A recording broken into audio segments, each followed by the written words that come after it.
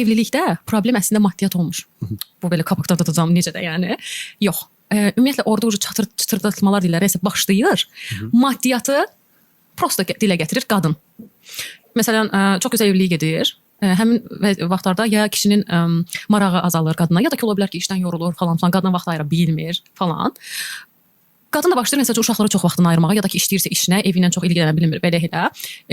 Nəticədə ümumiyyətlə bir-birindən alış-verişli axı enerjidir də. Nə qadın öz sevgisini yansıda bilmir. Kişi də deyir ki, həyat maraqsızdır, qadından istədiyini ala bilmir, ya da qadın da kişidən istədiyi təbii ki ilgidir də. Yəni bunu çox kişilər indi ola bilər ki yorumlarda da yazarlar, ya da düşünərlər ki, qadın ancaq pul istəyir. Elə deyil. Bu şey oxşuyur. Kişi də ancaq qadının bədənini istəyir. Elə bir dünya deyil, elə bir şey deyil.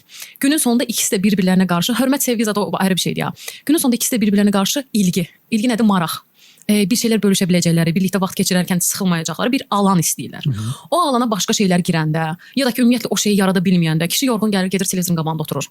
Hanı maraq? Yoxdur. Qadın başım ağrıyır, ya da ki uşaqlar bütün günü mən bezdirir. Hanı maraq? Birlikdə bir vaxt keçirdə bildilərmi? Yox. O zaman başlayır qadın. Baxır ki, nə qədər olacaq, bütün gün işləyir, amma ortalıqda bir şey yoxdur. Ortalıqda olmayan şey maddiyat deyil.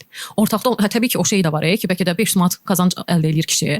Onun çoxsu ilə uşaqlara zada gedir, qadınlar oradan pul qalmıyor. Qalandakı qadın gedəcək uşağına zada xərcləyəcək. Bir sən də qadınların da rahat qurtarmır. Amma onun əslində oradan ala bilmədiyi ilgidir. Bax, bir dənə şey bilirsiniz də, iki gönül bir onuncu bayaqda onu dedim, samanlı seyran olar deyə yola çıxan aşiqləri görürük də. Məsəl üçün, oğlan evi falan olmur. Qadın o qədər ilgi göstərir, o qədər maraq göstərir ki, qız onunla evlənir. Nəyə görə? Tamam, o qadın bəyə maddiyata önəm vermirdi. Təbii ki verir. Təbii ki o da istəyər ki, çox gözəl böyük bir evdə yaşasın, ya da ki yoldaşı çox qəşəng qazansın eləsin. Amma o alan onu ikna edir. Niyə bilirsiniz? Çünki kişi metodu tapıb. Çünki o ona ilgi göstərir, ona gözəl sözlərlə. Sən deyərsən ki, o manipulyasiya eləyib aldadı. Qızın aşıqdan gözü kör olub falan filan. Günün sonunda buna sevgi demək nə dərəcədə düzgündür? Məsələn, mənə o maraqlıdır. İndi sənin bu danışdığın keysdəki o kişinin hərəkətini mən məsəl üçün sevgi adlandıra bilmirəm. Belə deyim də sənə bax. Yəni bu üzr istəyirəm, seksə görə qurulan bir münasibət. Yox, amma bu baxış açısından baxma. Məsəl üçün oğlan hələ indi ayağının üstündə durmağa başlayıb, fəhləlik eləyir. Tutaq bu konseptdən bax da. Bu arada konsept antikafya. Nəysə.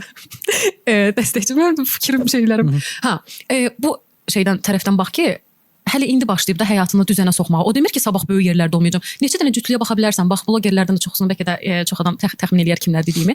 Elə olur ki, baxırsan köhnə şəkillərdə zətdə elə bir ki, illərdir, 10 ildir ki, birlikdədilər. Necə birlikdədilər? Bəyəm oğlanla evlənəndə bu oğlan var imkanı var idi. Yox. Şəkillərə baxırsan ki, ikisinin də tipləri falan kaymış da, yəni ergənlik falan. Sadəcə məktəb vaxtında tutaq ki, birlikdə sevirlər bir-birlərini.